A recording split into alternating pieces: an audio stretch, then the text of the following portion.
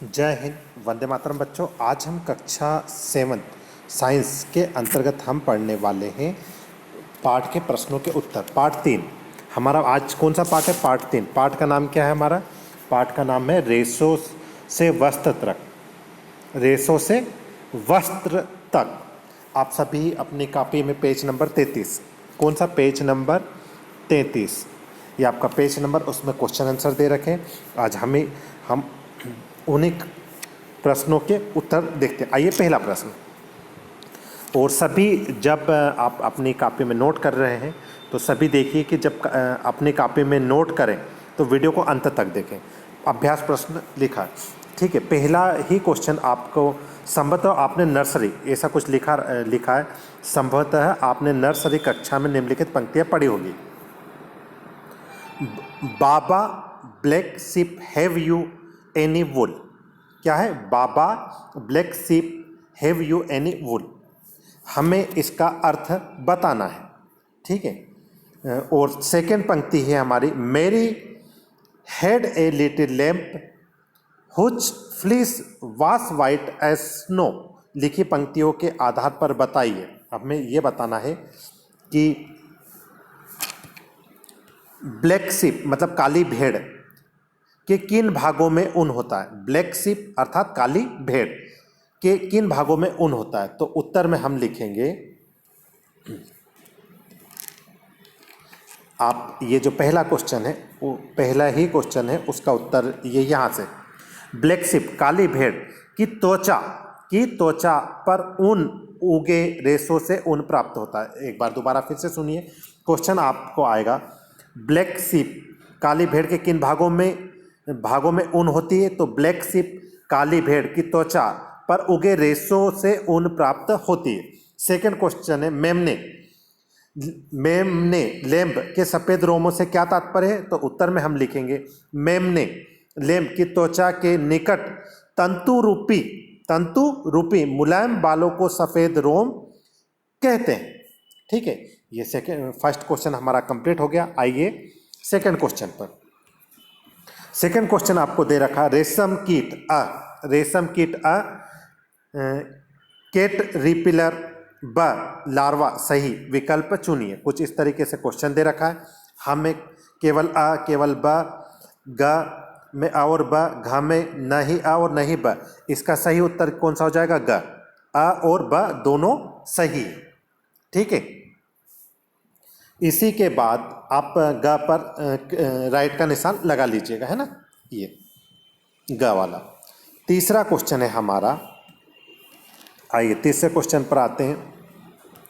निम्नलिखित में से किससे ऊन प्राप्त नहीं होती। आपको क्वेश्चन है तीसरा, निम्नलिखित में से किससे ऊन प्राप्त नहीं होती।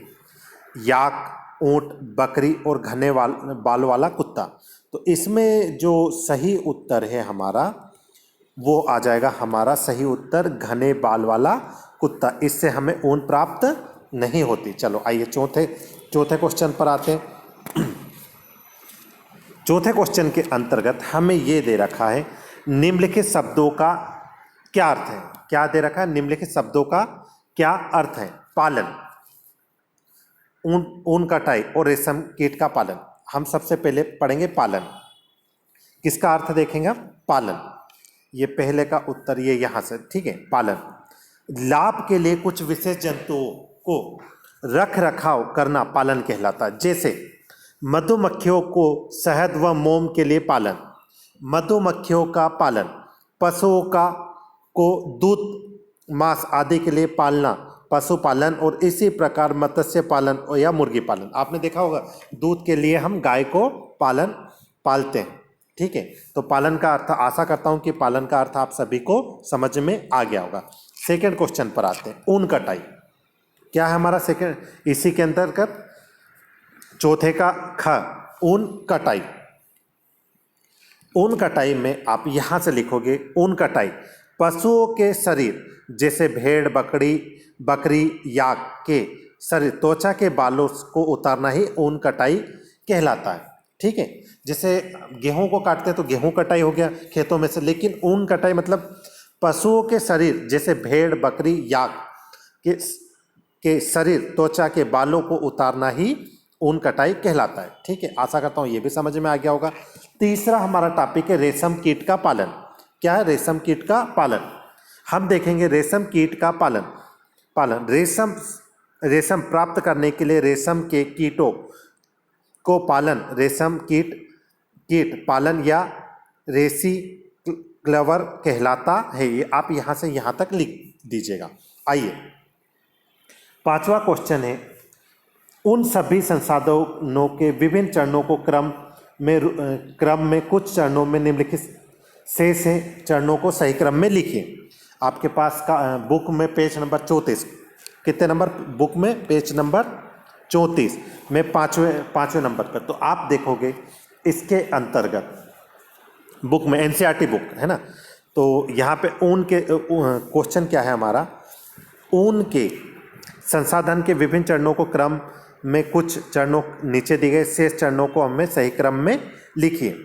आपको यहाँ पर ये रिक्त स्थान कुछ मिलेगा, ऊन कटाई, तो ऊन कटाई के बाद लिखेंगे हम अभिमार्जन। क्या लिखेंगे यहाँ पर? अभिमार्जन के बाद है छटाई के बाद आएगा रंगाई। ये रंगाई आप यहाँ पे लिख लीजिएगा। ठीक है, रंगाई के बाद क्या आएगा? धागा बनाना। ये धागा बनाना यहाँ पर आ जाएगा लास्ट में। ठीक है, तो पूरा कैसे होगा? ऊन कटाई, अभिमार्जन, छटाई, रंगाई और धागा बनाना। आशा करता हूँ ये भी आपको समझ में आ गया होगा। अब आपको क्वेश्चन छठा देखिए, रेशम कीट के जीवन चक्र की उन दो अवस्थाओं का चित्र बनाइए जो प्रत्यक्ष रूप से रेशम के उत्पादन से संबंधित है। आइए देखते हैं। इस प्रश्न के लिए प्रश्न नंबर कौन सा हमारा? पेज नंबर क्वेश्चन नंबर 6 के लिए हम ये रेशम कीट के जीवन चक्र की उन दो अवस्थाओं के चित्र बताइए जो प्रत्यक्ष रूप से संबंधित है। आपकी बुक में पेज नंबर 28 में भेड़ का ऊन उतारना, टंकियों में अभिमार्जन, मशीनों के द्वारा अभिमार्जन, ऊन का धागा बनाया जाता है। ये बहुत सारे चरण दे रखे हैं, तो आप कोई भी दो चित्र बना लीजिएगा। ठीक है, चलो आइए आगे। तो आप पेज नंबर कौन सा? 28 है ना। क्वेश्चन नंबर 7 पर आते हैं। कौन सा क्वेश्चन नंबर? 7 के अंतर्गत आपको दे रखा है, निम्नलिखित में से कौन से दो शब्द रेशम उत्पादन से संबंधित है?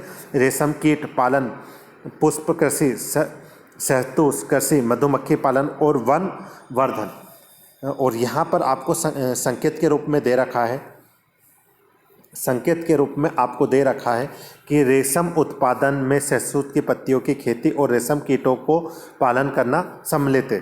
शहतूत एक पौधा रहता है, शहतूत खाया भी होगा आपने, देखिएगा, बहुत अच्छा टेस्टी रहता है। शहतूत का वैज्ञानिक नाम मोरस एल्बा। आप सभी अपनी कॉपी में इसको जरूर याद रखें। शहतूत का वैज्ञानिक नाम क्या है? Morris Elba. और आपका इसमें उत्तर आ जाएगा रेशम कीट का पालन और शहतूत कृषि। ठीक है, अब छठा क्वेश्चन है आपका कॉलम। आपको दो कॉलम दे रखे होंगे। पेज नंबर 34 पर कॉलम ए में कुछ शब्द दे रखे हैं और दिए गए शब्दों को कॉलम बी से मिलाइए। अभिमार्जन, पहला ही शब्द कौन सा रहेगा आपका? अभिमार्जन। क्या रहेगा? अभिमार्जन। तो अभिमार्जन को सामने कॉलम बी में आपको रहेगा काटी गई ऊन की सफाई। क्या लिख लोगे आप? काटी गई ऊन की सफाई, उससे मिला दीजिएगा। देखो, अभिमार्जन को किससे मिलाओगे आप? काटी गई ऊन की सफाई। शहतूत की पत्तियां, इसे आप मिला लोगे रेशम कीट का भोजन। शहतूत की पत्तियों को किससे मिला लोगे आप? रेशम कीट का भोजन। याक को आप मिला लोगे रेशम फाइबर याक का आपका आ जाएगा ऊन देने वाला जंतु। याक का क्या आ जाएगा? ऊन देने वाला जंतु। इसके बाद आपका कोकून। क्या है? कोकून। तो कोकून में आप लिख लीजिएगा रेशम फाइबर उत्पन्न करता है और काटी गई ऊन की सफाई। ठीक है, यहाँ पर अपना जो यह चैप्टर होता है सेकंड समाप्त होता है। जय हिंद, जय भारत। ठीक है।